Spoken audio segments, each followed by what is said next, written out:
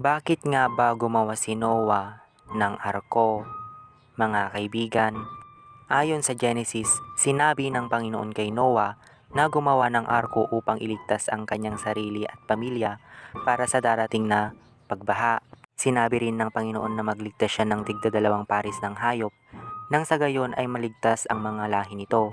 Pinagawa si Noah ng arko ng ating Panginoon upang parusahan ang sangkatauhan dahil ang mga tao ay makasalanan at gumawa ng mga Diyos-Diyosan. Ayon pa sa ibang bersyon, ang mga alien daw ang nagpagawa ng arko kay Noah. Dahil kung susuriin mo kapatid, paano naman makakagawa si Noah ng ganoong kalaking arko kung wala naman tayong advance na teknolohiya sa mga panahong iyon? Ang dahilan daw ng mga ito ay sobrang malalakas daw ang tao noon at umaabot ng 500 hanggang